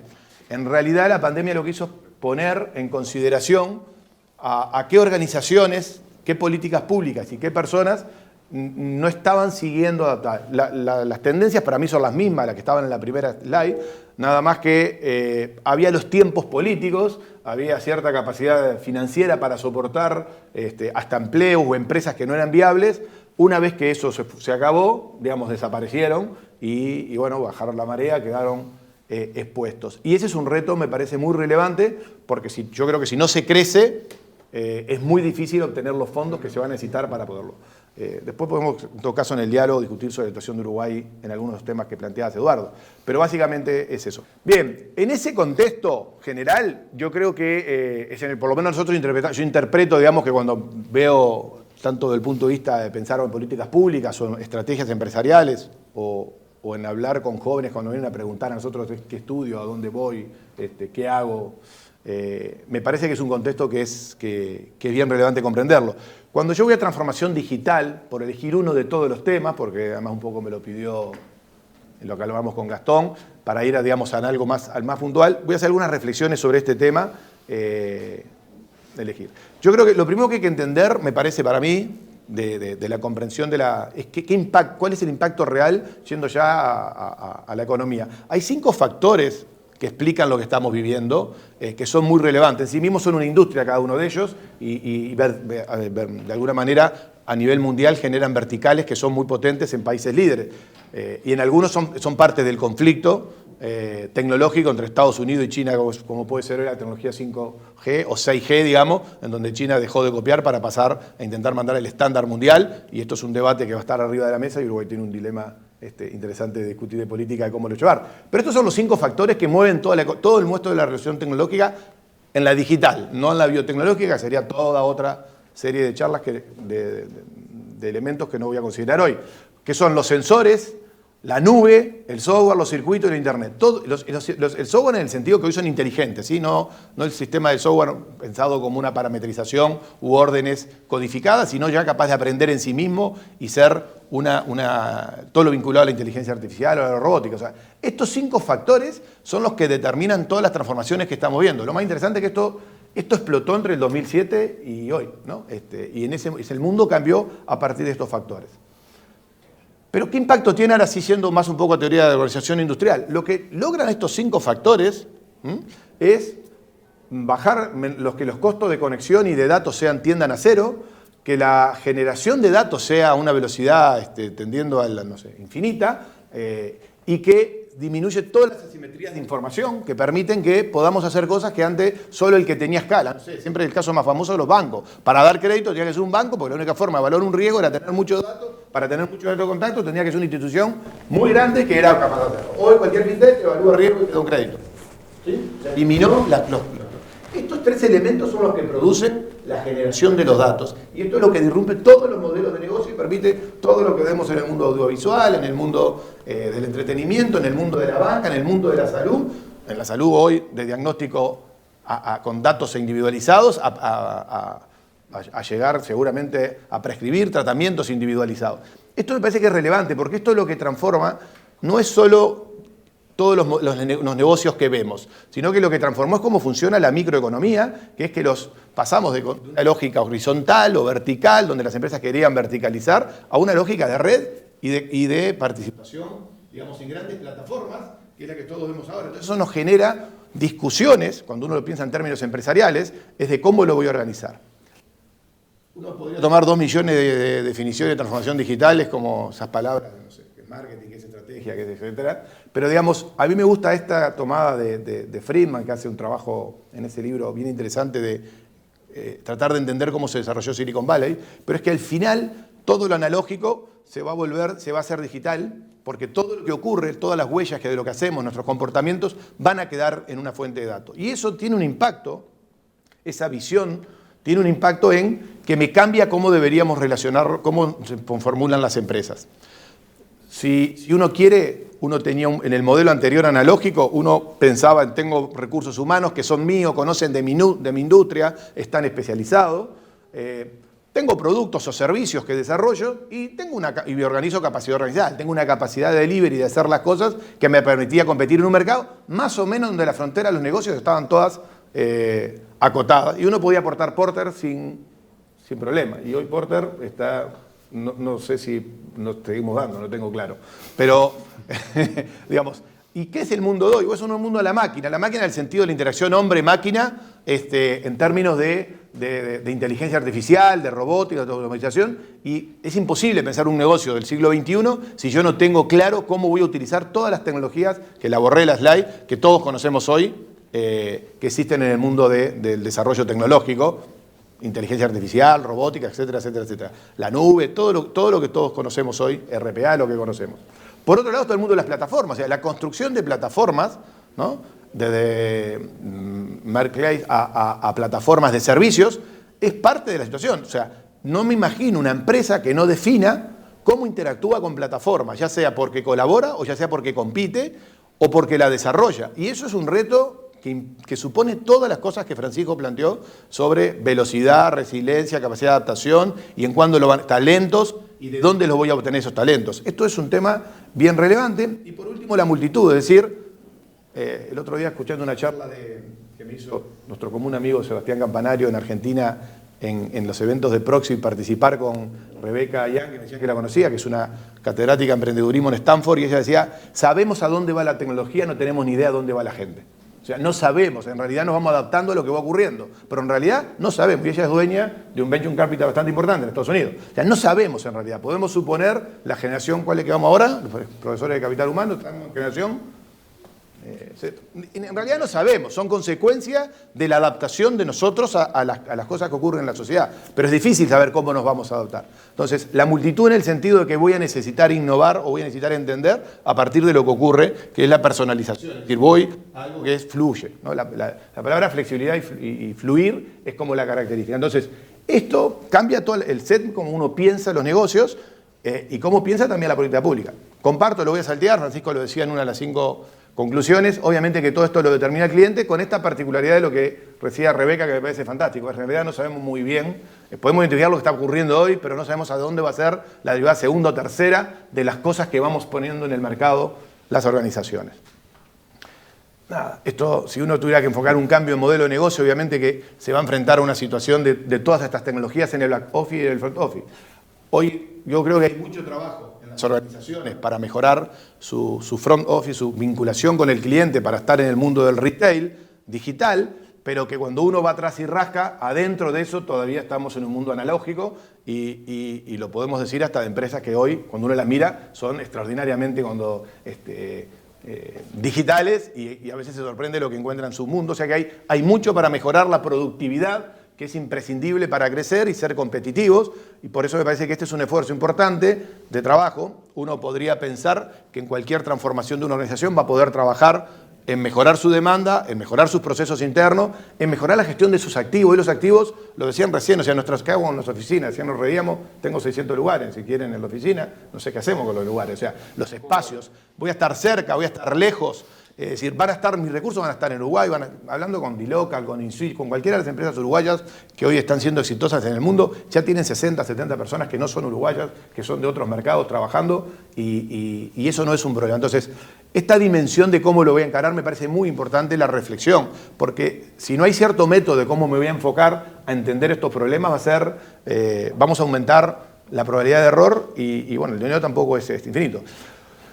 No sé cuánto tiempo, y esta es una pregunta para Eduardo que le daría, además todo esto que ha sido financiado con tasas, porque las tasas de interés son muy bajas, ¿cuánto tiempo más va a durar? Es una pregunta que siempre le quiero hacer a los macros, piensan que las tasas de interés van a estar bajas para que fluya tanto dinero y haya una explosión de unicornios en el mundo, digamos, ¿no? Es decir, son temas que no sabemos sin no perder la oportunidad, porque no sé si dentro de 5 años o dentro de 4 años va a existir esos mismos mercados financieros permitiéndonos financiar lo que queremos financiar y lo que está ocurriendo hoy. Así que la velocidad es relevante. Nada, acá son ejemplos de distintas alternativas que empresas en Uruguay, algunas son obviamente extranjeras, pero cómo funcionan las plataformas. O sea, plataforma no es solo pensar en las más conocidas, Mercado Libre, etcétera, o Easy, sino que puedo pensar en las propias empresas de tecnología que se han vuelto en plataformas porque se utilizan, que desarrollan, no sé, en el caso uruguayo, Fenicio. Puedo pensar que intento construir mi plataforma y yo soy el que lo trabajo. Es una estrategia que siguen algunos retail, con éxitos y con fracasos, o puedo trabajar en un modelo de desarrollo, donde, no sé, los bancos tratan de hacer plataforma para ver si venden servicios. Fíjense, algunos con éxito y otros no, digamos, pero es muy complejo esa comprensión de máquina, plataforma, multitud. Creo que ahí es muy entretenido, obviamente, y la gente que es muy inteligente encuentra nichos espectacular, en donde hay fallas de mercado que permiten que ocurran negocios como en el caso de las financieras. Y para terminar, nada, esto es muy parecido a lo que decía Francisco, la velocidad con que la adopción e-commerce en el mundo. En Uruguay no tenía el dato, CEDU no me dio el dato actualizado hoy. El año pasado había crecido 300% en un año y hoy supongo que va a haber crecido, no sé, 100% más lo que es la parte del e-commerce en Uruguay. En Uruguay siempre con los datos tenemos un retraso comparado con cualquier estadística del mundo que queramos hacer. No es fácil hacer acá estas cosas. Y acá lo que le termino, para terminar con esto, es unicornio, ¿no? De la TAM.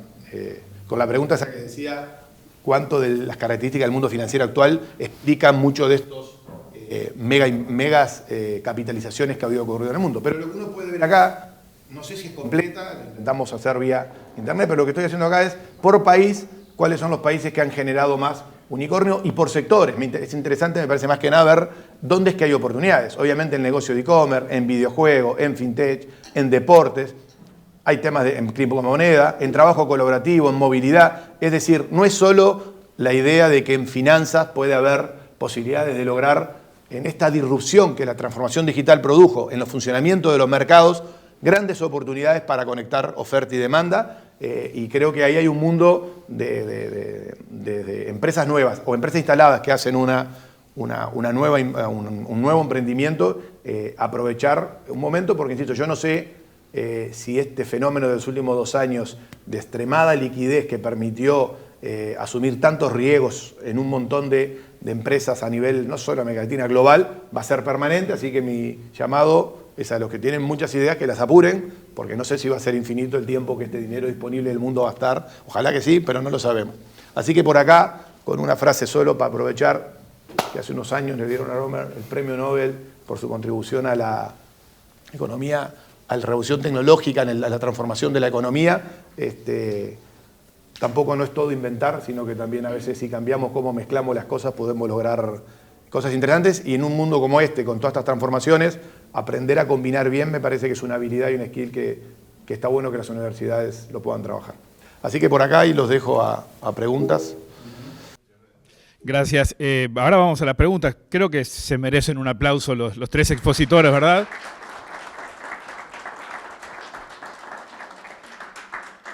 Las preguntas podrán venir de quienes están aquí en el hemiciclo, también de aquellos que nos siguen en forma remota. Yo quiero disparar, si me permiten, con un tema capaz que es medio macro y va a ser todo un desafío pedirles que sean concretos en esto, ¿no? Pero a mí me parece que es un tema que debe preocuparnos mucho para que todos estos desafíos fantásticos que tenemos por delante, estos retos que tenemos, puedan darse. Necesitamos condiciones país.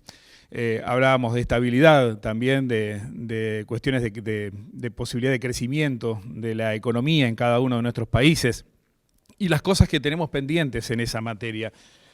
Hablaba hoy Eduardo más temprano de las condiciones de demandas insatisfechas que han subido un escalón en medio de esta pandemia también, los reclamos que se han ido sumando. Hace poco en una entrevista conmigo hablabas de resabios socioculturales que dejaba la pandemia. Hay mucha cuestión que los países tienen que hacer en esa materia y que definir en temas, ni que hablar educativos. Tú has trabajado mucho, Bruno, en eso también. Cuestiones como el ingreso universal, las reformas laborales para que contemplen, por ejemplo, al trabajador independiente, para evitar tener inconvenientes más grandes, como pueden pasar por esas demandas insatisfechas. ¿Qué podemos hacer o qué estamos haciendo bien o qué más deberíamos hacer en ese sentido para evitar esos inconvenientes? Empezamos contigo, Eduardo, ¿te parece? Esas son como 10 preguntas juntas. Sí. A ver, te lo voy a tratar de resumir. Hay dos tipos de respuestas para eso. Una que tiene que ver con la comunicación política. Bueno, para empezar necesitamos buenos políticos. Algunos países tienen un serio problema de agencia con los políticos, y los políticos terminan olvidándose para qué empezaron a militar y empiezan a militar por el poder, y entonces muchas de esas demandas más bien son filtradas por sus propios intereses. Si no tenemos políticos que representen esas demandas racionalmente, bueno, la respuesta es muy poco vas a tener anuncios sin efecto. Pero asumiendo que tenés esos políticos, creo que en Uruguay sí los tienen, por ejemplo. Una cosa que tenemos que hacer es comunicar los trade-offs, como decimos los economistas. Por ejemplo, los políticos tienen tendencia... ¿Qué? Más fuerte. Los políticos tienen tendencia básicamente a favorecer sus chances de ganar elecciones. Entonces tienen tendencia a hacer políticas que tengan beneficios percibibles inmediatamente. Por ejemplo, poner plata en el bolsillo. Y nadie o muy pocos les explican a la gente que la plata en el bolsillo son menos carreteras, menos conectividad, menos educación, menos formación profesional. Y eso hay que explicarlo. Entonces, sucede lo que sucedía en Brasil hace 10 años, lo que sucedía en Colombia, en Chile, que dicen, sí, cayó la pobreza, que se mide por dinero en el bolsillo. Por nosotros no tenemos medidas de ahorro, de distribución del ahorro, no existen en nuestros países, son muy malas. Medimos salarios. Entonces decimos, tenemos más salario, tenemos más dinero en el bolsillo, nos sentimos peor. ¿Qué pasó? Bueno, pasó que la plata en el bolsillo son peores educación, peor salud, peor conectividad. Te agarra la pandemia, cerrás las escuelas y los pibes pobres no tienen cómo conectarse a la educación. El maestro da clases, pero para nadie. Entonces, ese trade-off se tiene que comunicar. Hoy no se está comunicando. Estoy respondiendo a la pregunta qué no estamos haciendo y qué tenemos que hacer. Y después, creo, sí, que hay que poner en el mainstream la agenda de inclusión laboral. Y la agenda de inclusión laboral tiene varias patas. Tiene la pata de formación profesional o de educación para el trabajo, que en las tribus educativas muchas veces es ninguneada, porque se piensa que si uno educa para el trabajo está produciendo trabajo barato para las multinacionales, cuando en realidad si uno no educa para el trabajo está produciendo exclusión social. Entonces yo prefiero adaptar a las demandas. Finalmente, la educación como herramienta de movilidad social es generarle la posibilidad al tipo que es pobre de conseguir un trabajo, independizarse económicamente y decidir qué quiere hacer con su vida. Entonces, la inclusión laboral incluye una reforma en la forma en que pensamos la educación y una reforma en la forma en que asignamos dineros, sobre todo hacia sectores que en general son, como decía, ninguneados, los patitos feos de la educación, los terciarios, la economía dual. Todo el mundo quiere ir a la universidad, pero ¿cuál es la cobertura universitaria en nuestros países? En Argentina es 10% de hace muchos años. Entonces que no vamos a resolver el problema con las universidades. Ojalá que vayan, pero la solución está por debajo. Entonces hay una forma de pensar la educación que hay que cambiar. Hay una forma de pensar la inserción laboral que hay que cambiar. Uruguay es un epifenómeno, tiene el 80 o el 75% de trabajadores formales. Eso no existe en el mundo en desarrollo. En el mundo en desarrollo es menos del 50% en todos los países. Entonces, no vamos a crear empleo para todos nuestros trabajadores, entonces tenemos que pensar, por ejemplo, en un régimen de trabajador independiente, para que esa persona no sea un trabajador precario, sin beneficios, que no pueda enfermarse, tener hijos, tomar un crédito. Entonces hay que pensar la inclusión laboral en varios aspectos. En el aspecto de aumentar la empleabilidad, el empleo es relación de dependencia, pero también favorecer la generación de trabajo decente, que no necesariamente sea en relación de dependencia. Y aparte hay que pensar que en la mayoría de nuestros países hay como un tercer sector que se llama ahora economía popular o economía social, que es gente sistemáticamente excluida, diría racionada del mercado laboral, y que no importa cuánto bajemos el salario y el costo laboral, no van a conseguir ningún empleo, porque el problema es otro, no es un problema de precios, no es un problema marginal. Entonces hay que pensar en ese sector de excluidos que generalmente tienen más hijos y sus hijos, si ven al padre que no trabaja, no se vuelven excluidos. O sea, hay como una especie de sistema de reproducción de pobreza estructural que hay revisar con políticas muy específicas para esa gente, no son las mismas políticas de formación profesional. Entonces, como digo, dos cosas. Primero, explicar a la gente el trade-off, es el mismo dinero que va a tu bolsillo, que va a tus condiciones de hábitat, de infraestructura, de conectividad, de formación, etc. Eso es fundamental. Y lo segundo, pensar seriamente la política de inclusión laboral como uno de los pilares, y no el pilar fundamental, para complementar las políticas de crecimiento. Francisco está en línea también. Bruno, cualquiera de los dos. A ver si Francisco estás por allí y quieres añadir algo en este tramo. No, impecable los comentarios de Edu. La verdad que no. Tengo poco para agregar, solo que en esa transición creo que tenemos que considerar también de que hay la oferta laboral también se está transformando, ¿no? Creo que pensar que los jóvenes futuros, los trabajadores futuros quieren seguir yendo a trabajar a un lugar 8 horas, simplemente no es real. Creo que hay una hora de trabajo independiente que está viniendo, gente que quiere trabajar en sus formas, en sus condiciones, que su expectativa y su visión de progreso es diferente de la que podría tenerse en el pasado, sus propias ambiciones son diferentes. Entonces, hay un cambio significativo en el mercado laboral, tanto la demanda primero, pero también en la oferta, y los elementos que lo regulan hoy y que lo están estipulando todavía no están a la altura de esa transformación y esa transición. Quienes lo puedan, los gobiernos, las sociedades que mejor se adapten a ambos cambios, claramente serán las que podrán progresar más rápido. Muy bien. Bruno. No, nada, digo, llevado a Uruguay nada más, por lo menos mi visión de lo que, compartiendo lo que estaban diciendo recién, Uruguay tiene retos en su mercado laboral, en su mercado educativo, que de alguna manera tiene una vinculación también en este tema, y tiene ineficiencias en algunos mercados que le están poniendo algunas dificultades, ¿no? En particular algunos mercados de bienes y de servicios, de bienes no transables, que cada vez son menos, y por lo cual, o lo asumimos, digamos, podemos hacer dos transformaciones a que eso sea más eficiente, es, bueno, esperar que ocurra por vía de los hechos porque te va transformando la realidad, o ponerse un poquito al frente de eso y cambiar. Están algunas cosas en agenda, pero me parece que mejorar esos aspectos son relevantes para poder aprovechar las oportunidades que están planteadas acá y protegerse de los riesgos, que no son pocos, de este mundo, ¿no? Bien, algunas de las preguntas que han llegado apuntan a preocupación en materia de seguridad y salud laboral con esta nueva realidad, y también temas vinculados con ciberseguridad. Por allí interpreto que esa cuestión de seguridad y salud del trabajo tiene que ver precisamente con esta nueva dinámica del trabajo a distancia, los derechos, la cobertura y saber dónde estamos parados. Aquí salimos hace muy poco de un debate de una ley de teletrabajo. Bruno, ¿quieres aportar algo en este sentido? Bueno, no es mi especialidad, digamos, puedo hacer una reflexión general nomás. Yo creo que de nuevo, tenemos dos situaciones. Yo creo que me parece que en eso lo que dice Eduardo es claro. O sea, una situación es la de la población educada y formada. Hoy hay bastante estadística y encuestas, no solo medido sobre cómo se abrió el gap de lo que gana una persona que estaba educada respecto a la no educada. Esa brecha creció con la pandemia. Los datos de Estados Unidos son muy claros. En Uruguay no los tendremos en un momento, pero creo que eso va a ocurrir en todas partes. Entonces, el mundo que es parte de este mundo transformado, va a ir a las características de trabajo que decía Francisco. Me parece que en eso no hay mucha discusión y nos va a llevar, y las leyes se van a ir adaptando a eso, y las organizaciones, de hecho, no hay problema.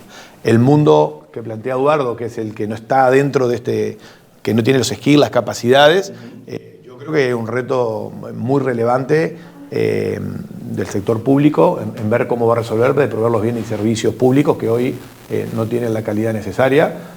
Y si no va a ser un problema, porque yo también comparto, no se resuelve solo por más que aumentemos las transferencias monetarias, porque además tiene un límite, y las transferencias no resuelven los problemas de fondo de una sociedad en estos términos. Así que bueno, me parece que por ahí hay pero no tengo, digamos, si me planteás temas de seguridad laboral o algo, bueno, es un tema que me supera un poco. Bien. Hablaba recién de ciberseguridad, que también hay un par de planteos en ese sentido, ¿no? Sí, ciberseguridad yo creo que sí es un eje. De hecho, no está, pero en el momento cuando estaba haciendo el dibujo original de la primera slide, tenía que sacar cosas, cruzaba una línea. Ciberseguridad es un tema hoy esencial, es una línea de trabajo que además cruza al Estado, a las empresas y a las personas en términos de que ocurre. Yo creo que bueno, es una de las líneas de negocios que más crece cuando uno mira en el mundo, digamos, tendencias de negocios, ¿no? Y de hecho, me consta en Uruguay que hay muchas iniciativas de nuevas empresas vinculadas a esto.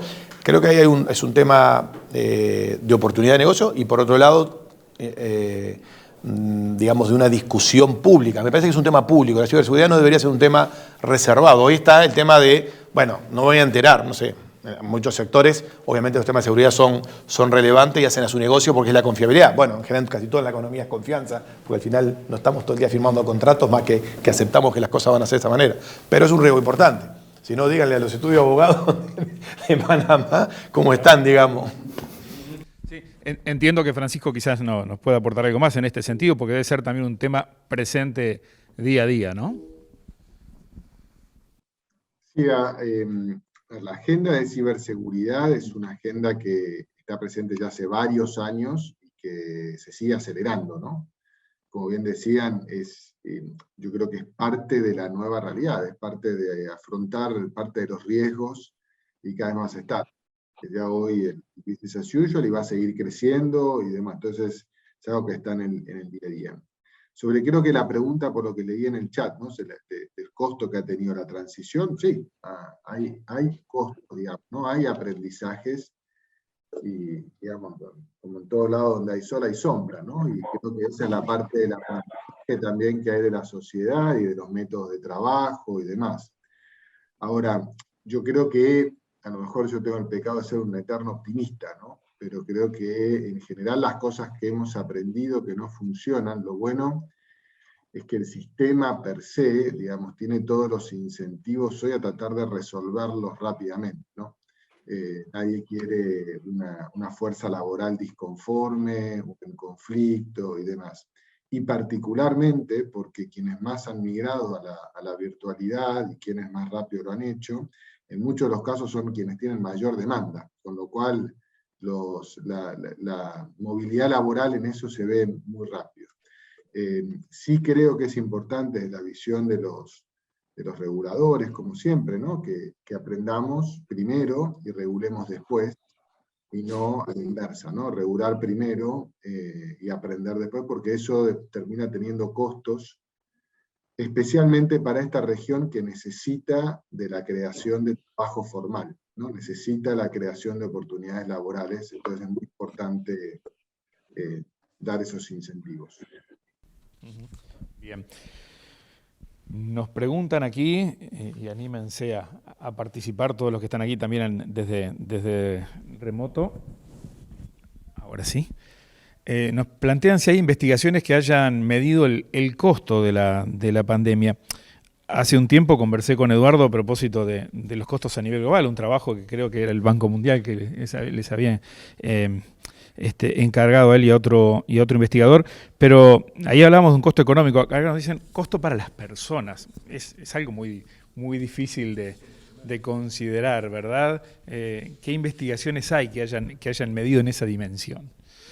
Hay indicios, hay trabajos que estiman el costo en términos de salud mental, el costo en términos, por ejemplo, de la pérdida del cierre de escuelas, el costo que tiene eso en términos de problemas de depresión y de psicosis en los adolescentes. Son trabajos indicativos, no hay un número, pero sí hay bastante literatura, sobre todo sobre el impacto que tuvo sobre la salud mental. Igual recién estamos saliendo, o sea, estábamos comentando antes de entrar acá. Claro, estábamos comentando antes de entrar acá, que, por ejemplo, yo trabajo en una universidad y nos cuesta que los estudiantes vuelvan.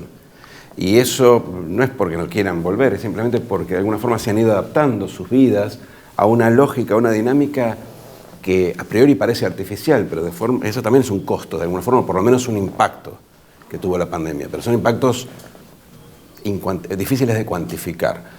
Hay sí costos que tienen que ver con la educación, y eso hay cálculos, y estaban incluidos en el trabajo que nos pidió la Organización Mundial de la Salud, de hecho. OMS, sí.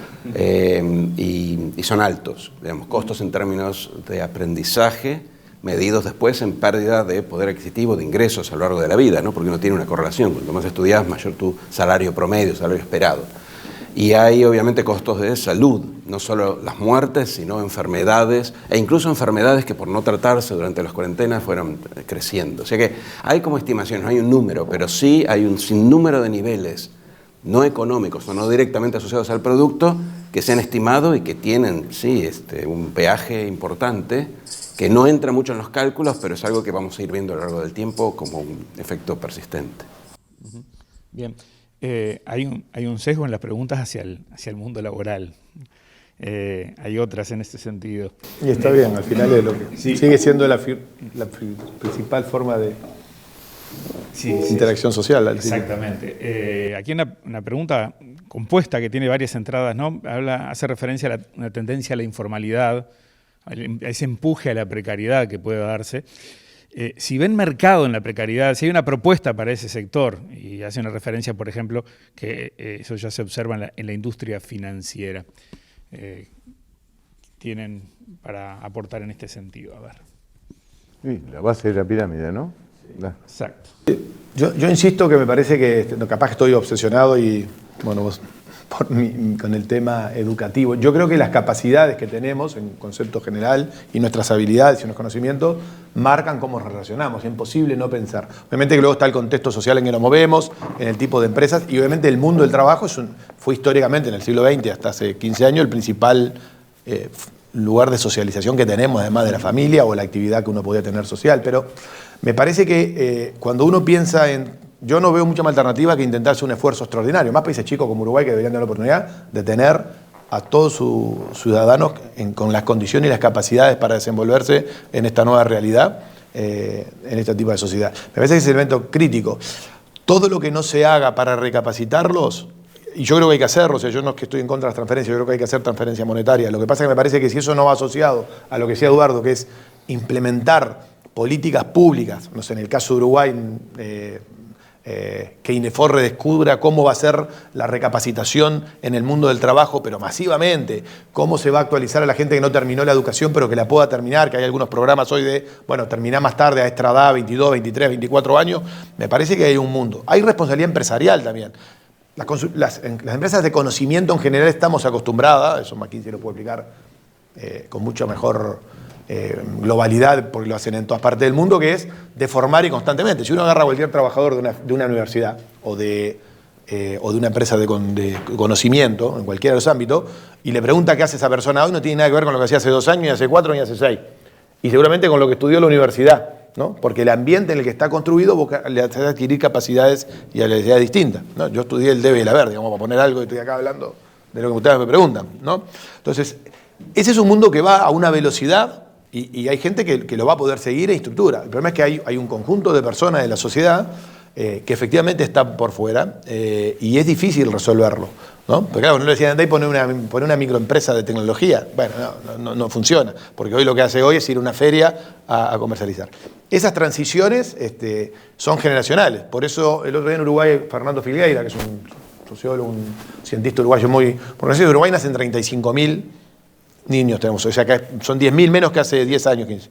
Bueno, y 18.000 no logramos que terminen en su edad de juventud formados y educados. Es una locura, es una pérdida de capital humano increíble en un país que además no crece demográficamente, ¿no? Entonces esos son los retos que tenemos Uruguay como país. Si los logramos poner en retos, yo creo que el mundo le da oportunidades para Uruguay tener 5 unicornios, el doble de empresas de tecnología que Uruguay tiene hoy para vender al mundo, desarrollar industrias biotecnológicas vinculadas al mundo de los bienes renovables que Uruguay produce. Es decir, hay oportunidades. Claro, ahí yo ya me pierdo un poco, ese es el deber ser. Obviamente que eso tiene que ver con las instituciones, los incentivos, las políticas de transición. Capaz que Eduardo en eso, que es un estudioso, puede agregar mejor el camino. Yo soy capaz de visualizar lo que me gustaría que fuera. El camino es bastante sinuoso, digamos. No, mira, me parece que es importante definir qué llamamos precarización, ¿no? Yo cuando hablo de precarización hablo de trabajo informal o independiente, es decir, trabajo que se llama de tiempo cero, de hora cero. Básicamente no tenés ningún tipo de beneficio laboral. Ahora, para entender esto yo iría un poco, hilaría con lo que había dicho Paco antes, sobre el tema del lado de la regulación. Nosotros tenemos que pensar lo siguiente: la historia de la regulación laboral es la historia de la revolución industrial. Los trabajadores de la empresa, de una firma manufacturera, se juntaban para negociar, porque si no negociaban muchos contra uno y entonces perdían en la negociación porque el poder de negociación de la patronal siempre estaba más concentrado. Entonces cerraban la empresa y venían los piqueteros de las empresas y las huelgas, y tenían un sindicato por rama porque era una industria fordista, y los sindicatos eran los sindicatos camioneros, de automotriz. Bueno. Esas manufacturas hoy representan el 10% del empleo, ya no es más el empleo manufacturero. Los servicios se comportan de manera distinta, las capacidades y las ocupaciones son mucho más transversales, la forma de sindicalización y la forma de regulación de los beneficios laborales es completamente distinta en esos sectores de lo que eran en la fábrica fordista.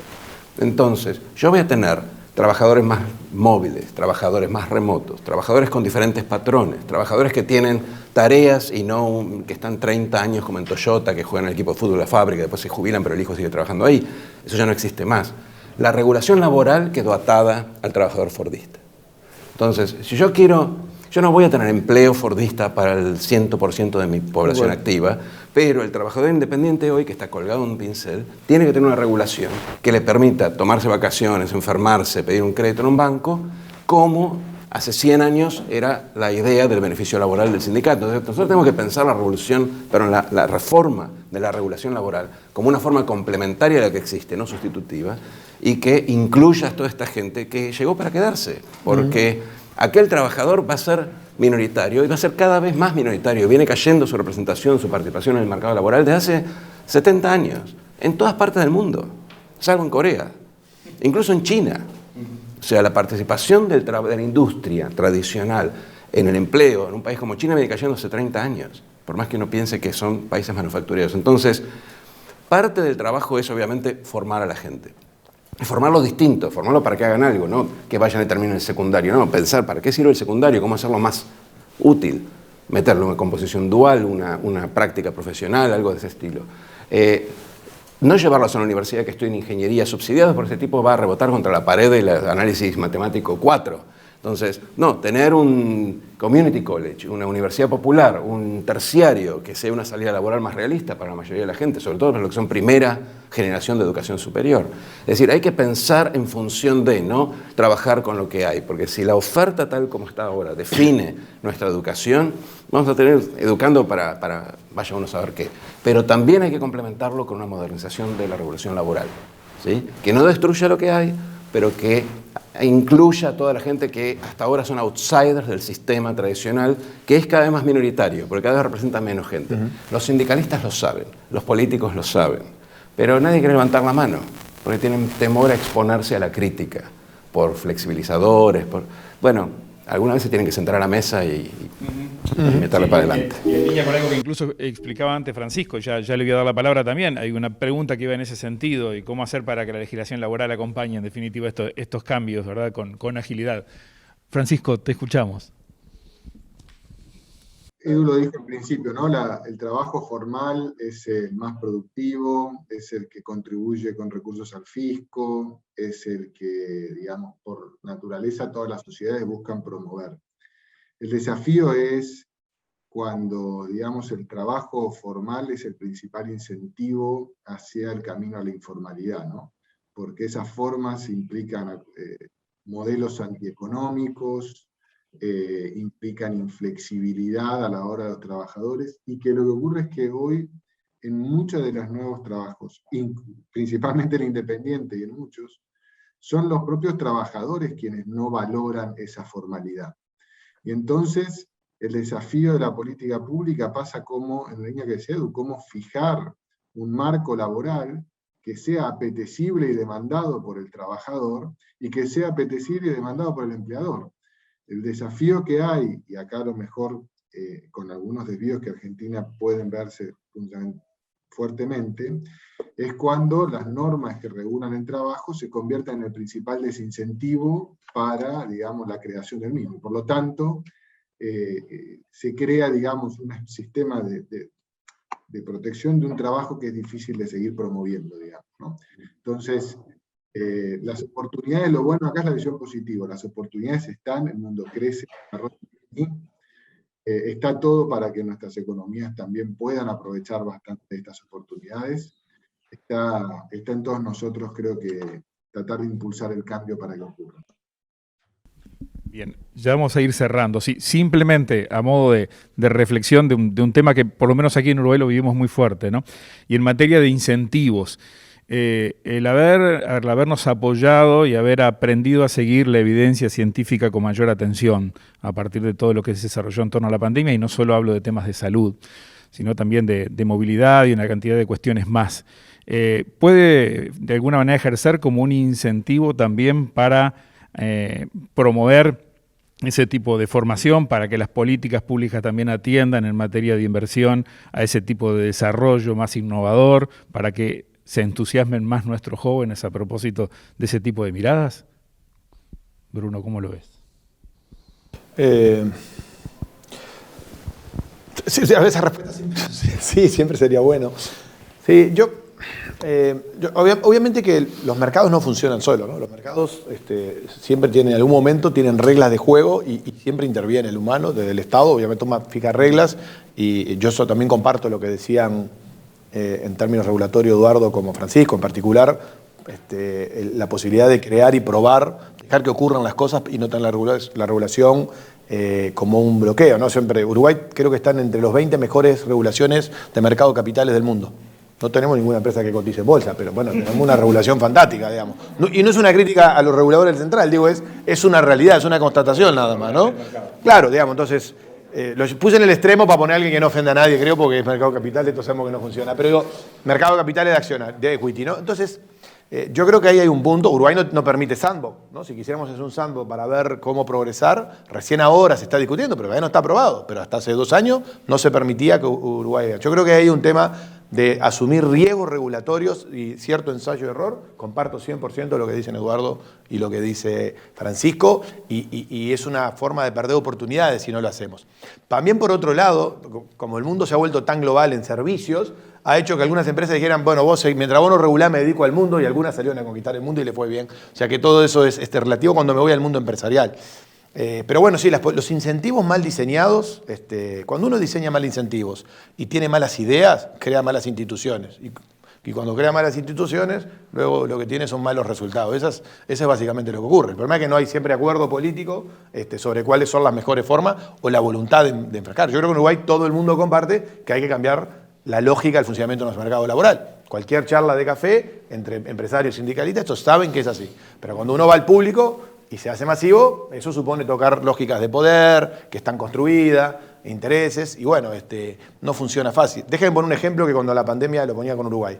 A mí me tocó, me pidió una anécdota muy increíble, me llama gente de la cultura, no pasa nada para la cultura. Fue muy difícil instrumentar políticas para el sector cultural, tanto sociales como económicas. Entonces, como me conocía, me dicen, me das una mano. Y un par de minutos al final, con Gabriel Calderón, es un director de teatro muy famoso uruguayo, y con Gerardo Grieco, y con un montón de gente. Bueno, estaba también Dressler. ¿Me das una mano a ayudarnos a pensar cómo le verbalizamos esto al sector público?